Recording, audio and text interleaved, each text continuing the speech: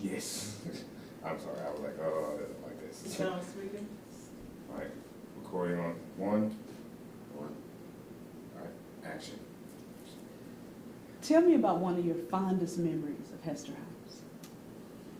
Oh, like my mom said, I think the plays, no matter what went on in the course of what's considered a semester now, we would always end it with a play. And so we look forward to dressing up and learning lines and, of course we goofed around with it. It wasn't serious to us, and maybe it wasn't serious to them other than you had a chance to be exposed to something different. You were focused on something for a few weeks and enjoyed, learning lines and looking forward to what costume you may put on and presenting a play to, mainly your parents and your other friends. And I think that's my fondest memories. What do you think the future of Hester House is and the role it can have in Fifth Ward? So as my mom says, if parents participate, I think it could be great, for this community. We're still an underserved community, and I think Hester House can build a foundation for kids with programs that they have here, and institutions like yourself that come in and provide funding and the necessary tools, to inhabit them. And so I think it all goes back to you bringing your kid to Hester House and thinking that there's value to them being here. The first thing they do in the after-school programs is help the kids with their homework. So maybe when they get home, there is some me time for the parent and the kid. They've completed homework, they've had some fun time. I think all that is important.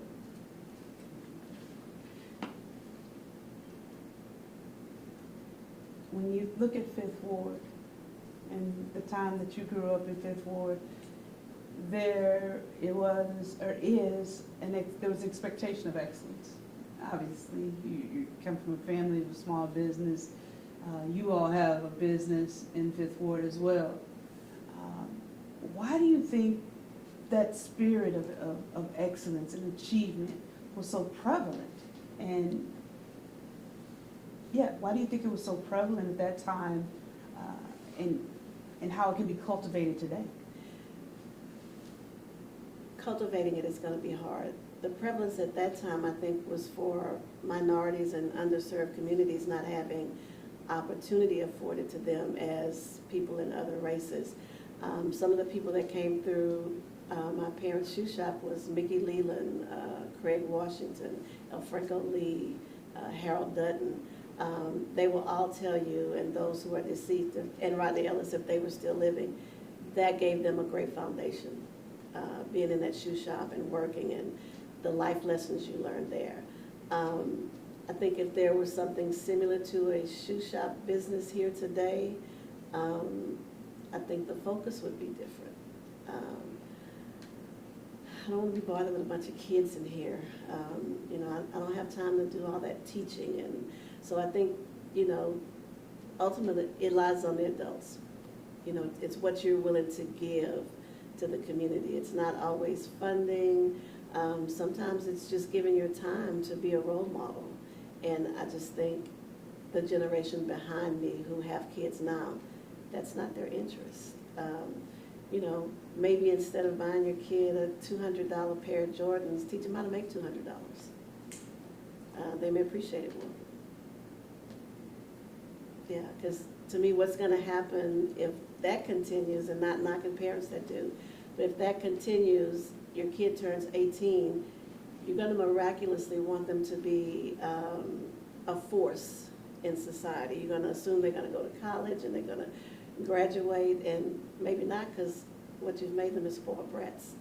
And so why should I have to work and go and get more education when you're giving me everything I need? So I think there's no real substance being taught along the way as you give those things to your kids.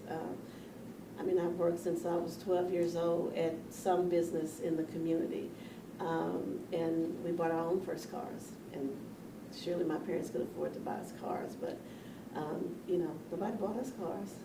So you got to buy your own too. You know, I think by the time my youngest brother and I came along, they could afford some of the things maybe when, you know, as opposed to when my oldest siblings came along, but we had better not ask for anything, you know, like that. What makes you so special? Well, I don't know, it looks nice, okay, good, just keep looking. Is there anything that you would like to share about your experience with Hester House that you had, that was not asked, or that you would like to add? So I like Hester House as it is today. I think the two weakest links in our community that need nurturing are certainly kids and the seniors. And they seem to encompass both generations. The seniors need something to do. You know, at almost 90, my mom may not feel like getting out the house every day, but you know, she's independent, she can still do some things for herself, but when she wants to do something, you know, she can come right down here and participate with the seniors. They go on trips. We come to water aerobics here still. There's just some great programs, you know, for the community. And I just hate that the community doesn't see the essence of becoming involved with Hester House. It's a staple. We hope that it will remain a staple in the community, but if we don't participate in the activities, I think we all know that funding depends on participation. They'll lose funding, and you know, then what happens? And so I just think I'd like to see our community participate more. I know our community is changing. I think Hester House will still remain, you know, when it completely changes, but we have to support it. And in terms of small businesses, how can we create, if you will, a space for growth in that area over here in Fifth Ward? I think the potential is here for small businesses. I work with sometimes the schools, and I'm just amazed at the fourth graders who already want to be entrepreneurs and bypass college or trade school.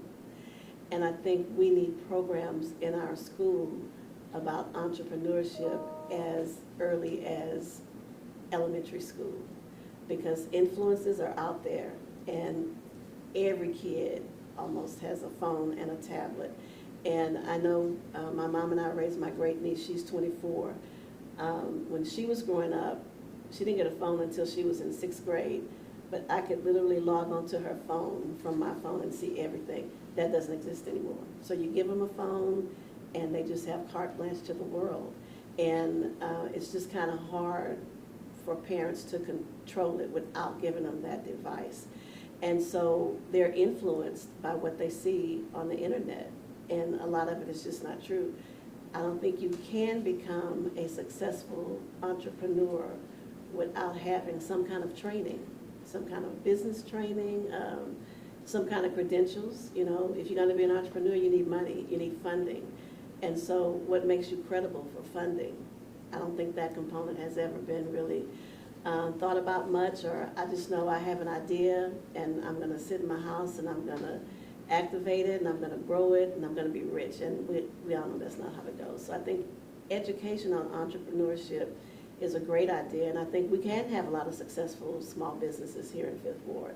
But you know, as with anything, there's steps you take to getting to that point, and we have to educate our black and brown kids on the steps it takes. And it's not a pie in the sky. You have to put some work into it, and you have to have some credit worthiness. You have to have some bank worthiness. It's all a part of it, and so education about entrepreneurship is the key to having small businesses here in Fifth Ward.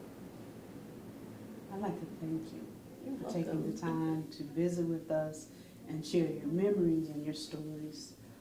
And I look forward to seeing how Fifth Ward continues this growth and celebrating Hester House, because Yes. it's definitely been a staple. It has been. Thank you. Thank you. Okay.